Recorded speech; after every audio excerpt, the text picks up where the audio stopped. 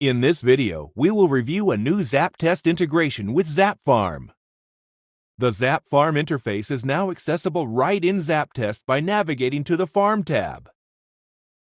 On the Farm module, we have a field where you can enter a URL for an existing ZAPFARM server, a link for help video, and a link to download the ZAPFARM server from the ZAPTEST website.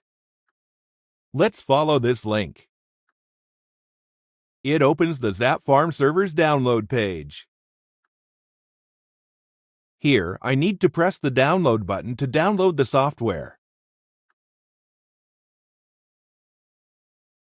After the download, I will run the installation exe file and follow the steps on the wizard to complete the ZAPFARM installation process.